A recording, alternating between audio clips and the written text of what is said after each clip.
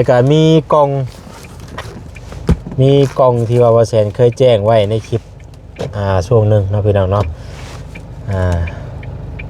ที่ว่าผู้ใหญ่เพิ่นฝากมาเนาะในทานหนึ่งเพิ่นฝากเครื่องมาแต่ฝั่งไทยปัจจุบันนี้ก็แม่นติดต่อหากับทางผู้ใหญ่ผู้ที่ว่าฝากเครื่องนี้บ่ได้พี่น้องเอ้ยเนาะบ่ฮู้ว่าสาเหตุหยังเนาะโทรศัพท์เพิ่นเสียบ่หรือว่าแนวใดนะพี่น้องเอ้ยเนาะถ้าว่าในเบิ่งคลิปชมคลิปตัวนี้แล้วก็ถ้าว่าเห็นแล้วเนาะก็ให้ติดต่อทางบ่แซนช่องทางบ่แซนทางไหนก็ได้นะบ่ว่าจะเป็นบนแอป LINE Facebook ก็ได้พี่น้องเอ้ยเนาะ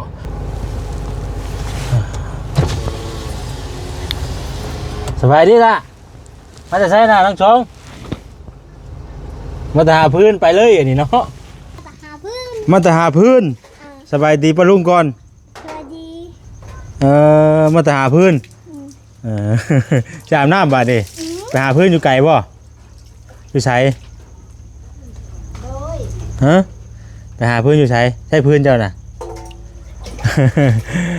แข่งพลไปเลยบ่น่ะไปตอนไปนะพลไม่ได้ตกขามาพลต้องห้ามบาดดิ ถือถือก่อนเด้อ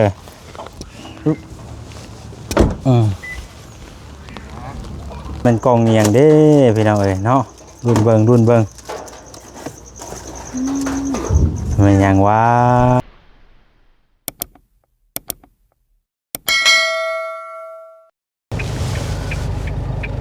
มืดมาได้พี่น้องเอ้ยเนาะมืดกำดำมาเลยว้าโตเนี่ยคือจิตกแห้งทางนั้นพี่น้องเอ้ย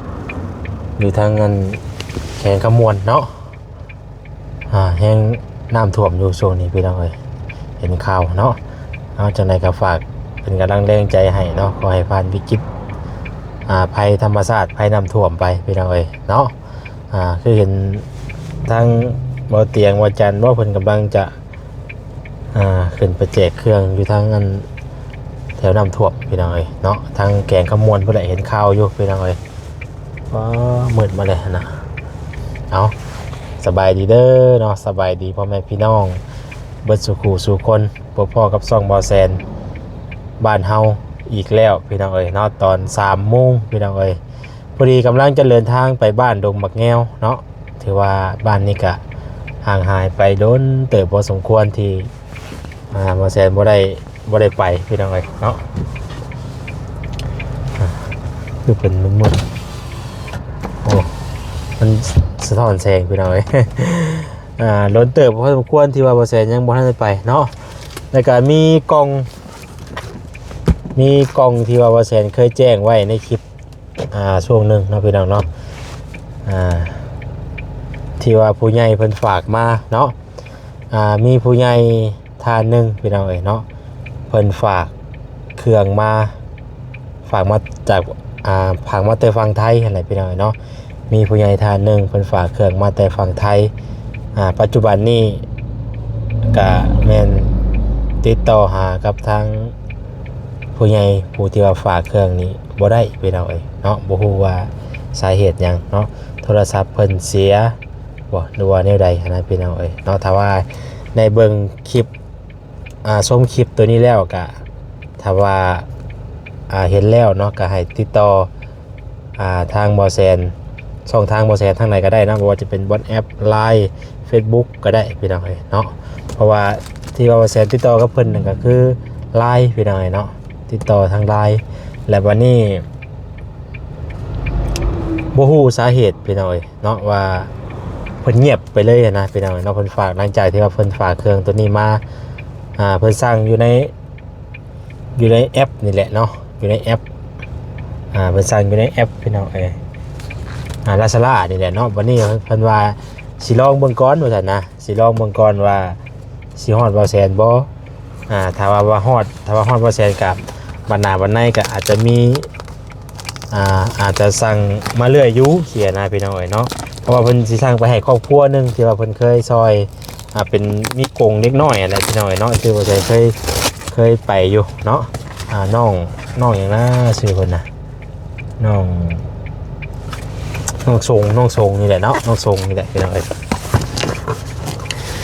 เครื่องที่ว่าเพิ่นฝากมาบ่แซงก็ได้แกะ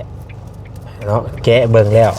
แต่ก็ยังบ่ได้แกะตัวนี้ดอกพี่น้องเนาะนี่ทุกอย่างยังปกติเบิดนี่บ่แซงแกะเบิ่งว่าเพิ่นฝากหยังมานะพี่น้องเนาะบ่แซงก็สิขออนุญาตเอาไปให้ผู้ที่ว่าเพิ่นฝากมาให้นั่นก่อนเนาะเอาไปให้ก่อนติดต่อหากับเพิ่นได้เนาะพี่น้องเนาะเพราะว่าเป้าหมายของเพิ่นก็คือตอนแรกกับจุดประสงค์ของทางผู้ใหญ่ที่ว่าฝากเครื่องตัวนี้มาน่ะเพิ่นฝากมาให้ทางนี่แหละครอบครัวนี่แหละพี่น้องเอ้ยเนาะที่ว่ามาขอครอบครัวที่ว่ามาขอความช่วยเหลืออยู่เฮือนน้องเตหั่นพี่น้องเอ้ยเนาะแล้วจะเอาไปให้เพิ่นบัดนี้นะนี่แหละกล่องนี่แหละพี่น้องเอ้ยเป็นโจ๊กพี่น้องเอ้ยเนาะเป็นโจ๊กนี่เป็นโจ๊กเห็นป่ะพี่น้องเอ้ยมันจะเป็นผลไม้เนาะมีมะอึแครอทแล้วก็มีหลายอย่างในนี้อยู่ผสมใส่กันมันเป็นโจ๊กพี่น้องเอ้ยเนาะนี่คนดังสั่งอยู่ลาซาร่าเนาะถือว่าวิตามินหลายอยู่พี่น้องเอ้ยว่าฉันก็จะเอาไปมอบให้เพื่อนเพราะว่าเพื่อนฝากมาล้นแล้วนะว่าฉันรอถ่ายเพื่อนติดต่อมากับเพื่อนบติดต่อมาพี่น้องเนาะก็เลยว่าในเมื่อว่าติดต่อกันบ่ได้กะฮู้ได้ว่าเพิ่นเอาไปฝากให้ผู้นี้นะพี่น้องก็ได้ว่าสิเอาไปให้เลยกับอีกอย่างก็ติดต่อกับเพิ่นบ่ได้เนี่ยนะพี่น้องเนาะทางบ่แซนก็ได้บ่ฮู้ว่าสิว่าจังใดนะอาจจะโทรศัพท์เพิ่นเพย์บ่หรือว่าใดๆเนาะถ้าว่าทางผู้ใหญ่เพิ่นได้เบิ่งในช่วงคลิปก็ให้ติดต่อว่าแสนแน่พี่น้องเนาะบางทีถ้าว่าบ่เป็นหยังก็เอาไปให้เลยก็เรียกไปพี่น้องเนาะเพราะว่าเพิ่นฝากเครื่องมาแล้วบัดเงียบไปเลยแล้วบ่ใช่ก็เลยแบบว่ากังวลใจตรงที่ว่าเพิ่นสิมีวิธีเพิ่นสิบอกแนะนำอย่างเพิ่มเติมบ่สินะพี่น้องเนาะก็เลยยังบ่ได้เอาไปให้เพิ่นวันนี้ก็สิคือสิเอาไปให้เพิ่นมื้อนี้แหละพี่น้องเพราะว่ามันหลายมื้อแล้วนะป้าไว้ก็จังมันสิเบิดอายุเบิดคุณไปซื่อๆนะพี่น้องเนาะเวลามันผ่านไปเรื่อยๆเนาะแต่ว่ามันก็ยังอยู่ดอกแต่ว่าเฮากับย่านไว้นะมันก็อีกล้นอยู่ดอกเนาะไปพี่น้องเนาะฝากติดตามเป็นกำลังแรงใจให้เด้อพี่น้องเด้อเนาะโดยฝนมานี่บ่โอ้นี่ก็จะเป็นทางที่เฮาจะไปกำลังมุ่งหน้าไปพี่น้องจะเป็นประมาณนี้ก็สิมืดฟ้ามืดฝนก็นองมาเนี่ยพี่น้องไก่มากี่ยังมีคนหลับนาอยู่เลยพี่น้องว้าตัวมีโลกาหลับนาอยู่ลึกกี่ดี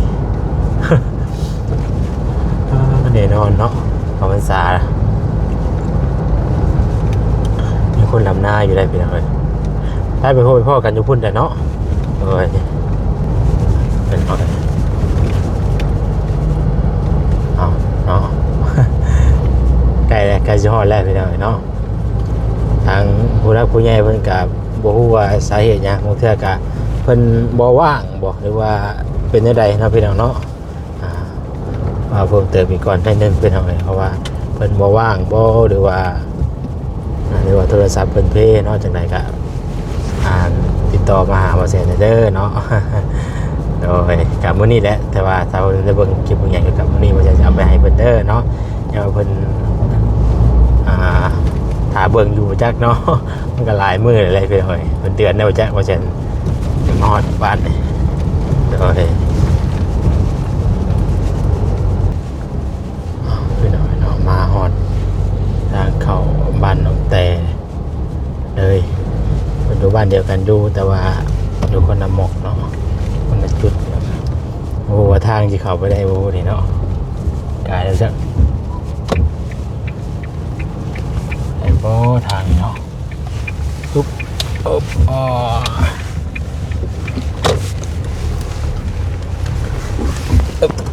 ไม่ได้แปลกเพิ่นแต่โดนอะไรไปหน่อยเนาะครอบครัวนี่นะแต่ก่อนก็เคยเข้าไปหาเพิ่นอยู่ซื้อข้าวซื้อน้ำไปให้เพิ่นอยู่แต่ก่อน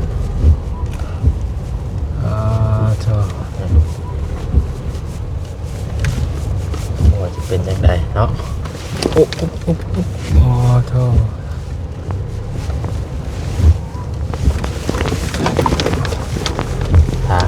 ควรเติมได้พี่น้อง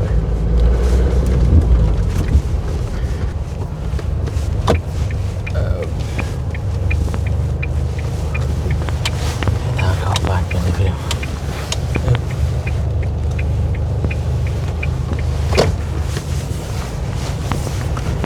ว้าวเนาะเซตบาทเลยเป็นตกผมมาแล้วพี่น้องผมมาแล้วเนาะโอ้ยมาแท้มาเมื่อนั้นกับฝนตกมาเมื่อนี้กับฝนตกโอ้ย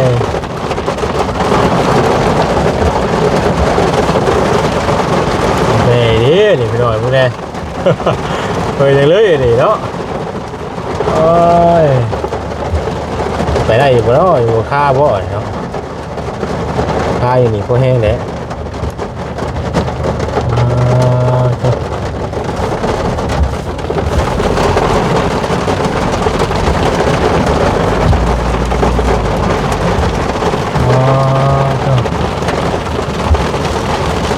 ไปจอดไปดูหนึ่งหน่อยเนาะโอ้ยเซ็ตออกมาได้แท้ๆขาออกเนาะตาจอดบอกว่านุ่นๆก่อนไปเลยเอาไว้สิโล่มเลยนี่เท่าไปเนี่ยมาหอยกับพอดีกันว่าตกห้ามเลยอย่างนี้เนาะเฮ้ยเนี่ยโมเห็นยังเลยพี่น้องเลย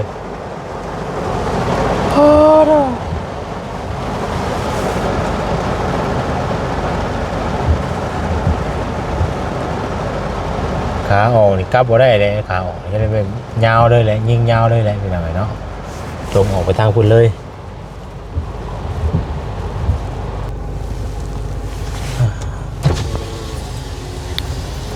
สบายดีล่ะมาจะใช้หน้าทั้งสองมาทาพื้นไปเลยอย่างนี้เนาะโอ้ยหึงห่างมาเลยพี่น้องเลยเนาะเบิ่งเอากันจ้องไปน้ำก่อนไปเดี๋ยวเข้าไปหาเพื่อนก่อนเนาะโถนี่ทางเขาเพื่อนได้เนี่ยทางเขาบ้านเพื่อนพี่น้องเลยโอ้ไม่วันนี้เป็นประตูได้เนาะโถโอ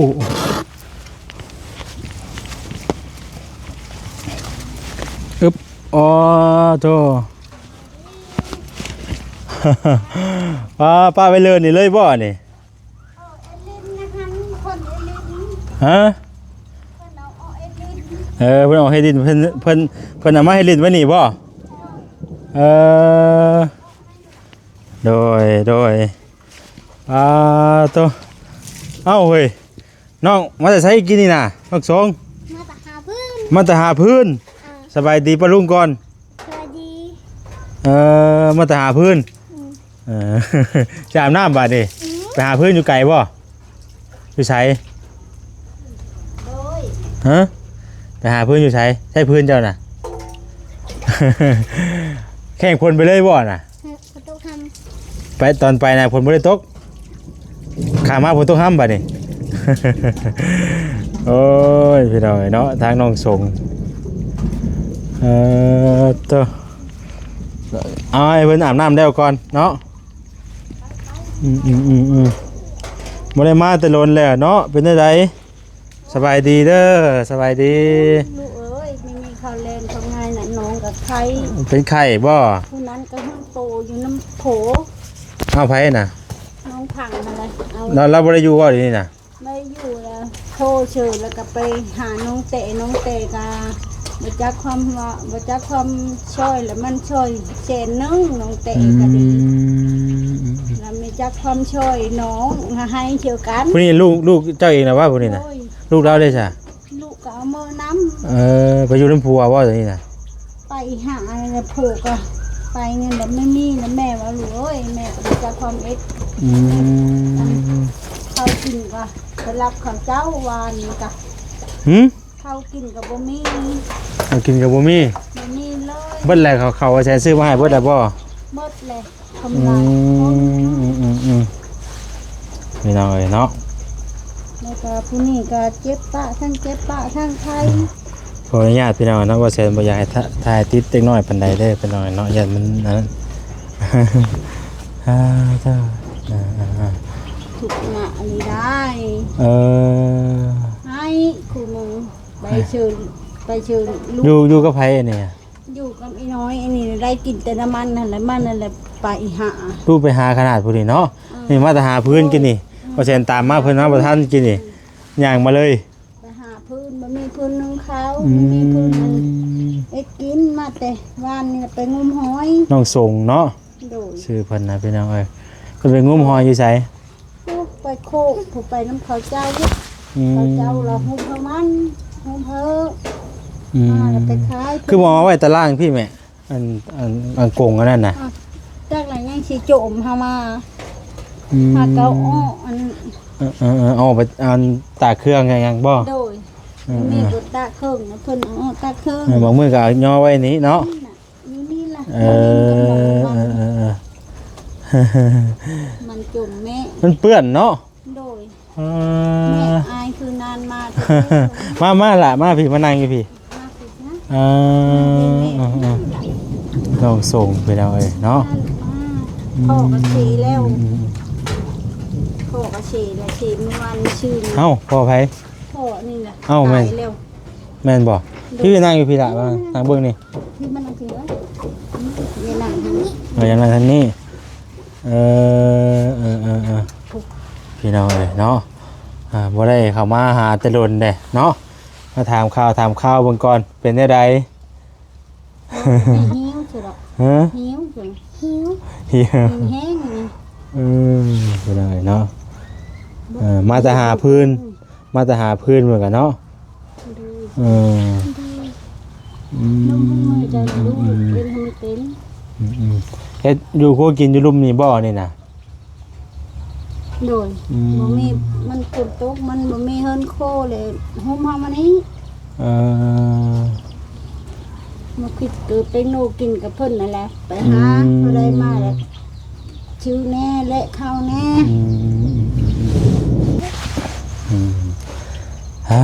วันนี้กลายเป็นอะไรเนาะตามุนมึงกิ้งอยู่อันนี้เนาะ ไข่เอาตุ่มทั้งเจ็บปากทั้งไข่เอาตุ่มตุ่มไข่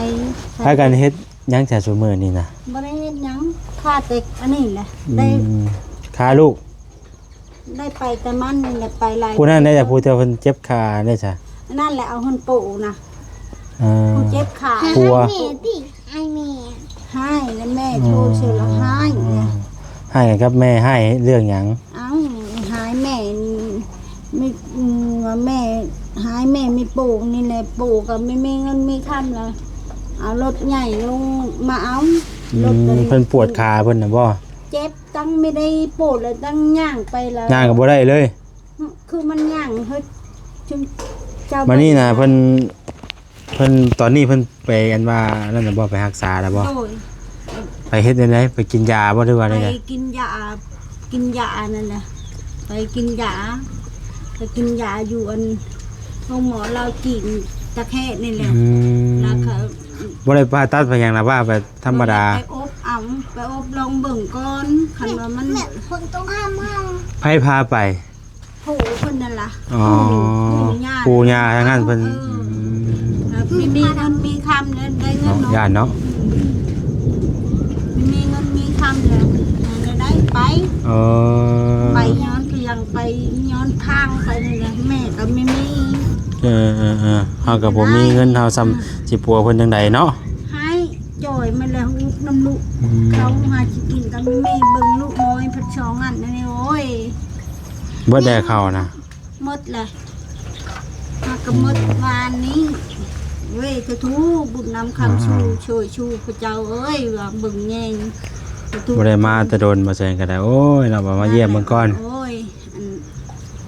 แม่เอ้ยอายคือนานมาแม่คอยเห็นรถเพิ่มมาไปเบิ่งยายว่ารถอายมาดีใจแห้งแล้วอายมาเนี่ยดีใจดีใจ พ่อเพิ่นผมมาแต่อันน่ะหาพื้นกันนี่บ่พื้นเพิ่นหามาน่ะเออ ก็ได้มันนั่นแหละไป มันจักที่หาพื้นมันจักที่หากิน ผมเปียกแก้ผม ผมเปียก ป้าว่าพาสิพาไปเอาเครื่องอยังในรถป้า บกา ไปเอารถไปบ่เป็นหยังดอกเป็นหยังสิบ่กล้าว่าเอาเครื่องมาให้อ่าไปพี่น้องเอ้ยเนาะเดี๋ยวให้น้องเพิ่นไปเอาเครื่องไปล่ะไปไปย่างก่อนว่าเอ้าเจ้าย่างก่อนแล้วว่าเอาว่าถ่ายคลิปไว้เพิ่นซั่นได้ปลาลุงมันสิเห็นซะเนาะว่าย่างก่อนไปพี่น้องเอ้ยเนาะอันนี้ อันนี้ไล่เกี่ยวเขาไว้ในเลยเด้อกงพี่น้องเอ้ยเนาะกงที่เฮาซื้อมาไม้เพิ่นตอนนั้นนั่นแหละตอนประกอบน่ะไปล่ะไปย่างไปเอาเครื่องไป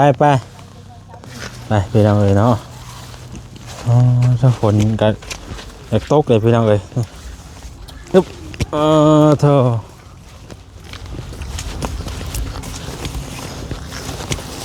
ตกกับตกบ่แห้งเนาะบ่แห้งอุ้ยก็ ไม่หลายพ่อละไม้นะ ไปหาหน่อไม้บ่แม่จะชอบ พี่น้องเอ้ยมาพี่มาไข่มาพี่ละมันยังครับพี่มาไข่อายุนี่กองยังมันมีกองหรอกพี่น้องเอ้ยเนาะไข่รู้หัวกาย เอาเป็นหัวกายดิพี่น้องเอ้ยมีกองนี่แหละมาให้เพิ่นอุ๊บถือถือก่อนเด้อ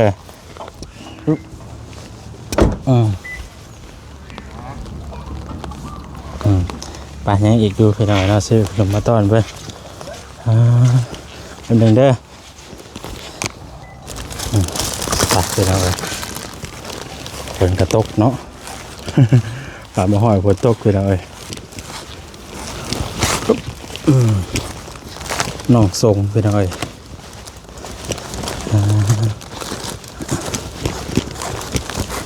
ระวังล่มเด้อระวังล่มเด้อ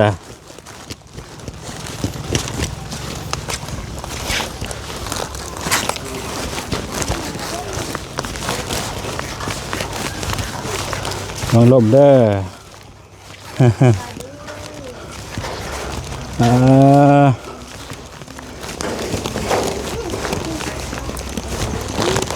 อึ๊บเอาล่ะเอาในเด้อนมเด้อขนมนมเนยพี่น้องเอ้ยเนาะโดย ขนมพี่น้องเอ้ยเนาะ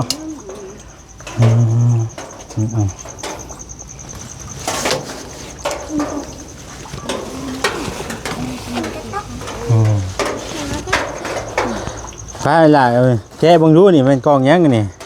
แกบังรู้นี่มันกองเนียงเด้พี่น้องเอ้ยเนาะรุ่นเบิ่งมันยังวะมันยังเด้บาดนี่เนาะพี่น้องเอ้ยอันนี้เป็นของคนน้อยพี่น้องเอ้ยเนาะฮะข่าวเสร็จโมเมนเป็นโจ๊กโจ๊กโดยผู้ใหญ่ที่ว่าซื้อกงอันนี้แหละกงกันว่านี่แหละมาให้เพิ่นฝากมาแม่เด้อเพิ่นฝากมาแต่ฝั่งไทยฝากมาแล้วแต่โดนนั่นแหละแต่ว่าบ่แสนยังบ่ทันเอามาให้แต่ว่ากับติดต่อหากับเพิ่นบ่ได้บ่ฮู้ว่าเพิ่นไลน์เพิ่นเสียบ่หรือว่าเพิ่นยังบ่ว่างบ่ได้ว่าเพิ่นอาจจะติดธุระบ่จังได๋ผู้เฮาก็บ่จักพี่น้องเอ้ยเนาะมันแม่นหยังอีหล่ะจื้อจักอยู่บ่นี่จักอยู่บ่มันแม่นหยังนี่ฮู้อยู่บ่ว่ามันเป็นหยังยกสิ้นฝา โจ๊กสิ้นปลาเคยกินบ่บ่เคยโธ่เนาะสิ้นกับฝาโอ้โจ๊กพี่น้องเอ้ยเนาะอันนี้เป็นโจ๊กของเล็กน้อยเด้ให้ทางน้องเพิ่นนี่แหละกินนี่พอดีแล้วนี่จะได้กิน อันนี้มีอยู่3กองเป้าบาทนี่นะ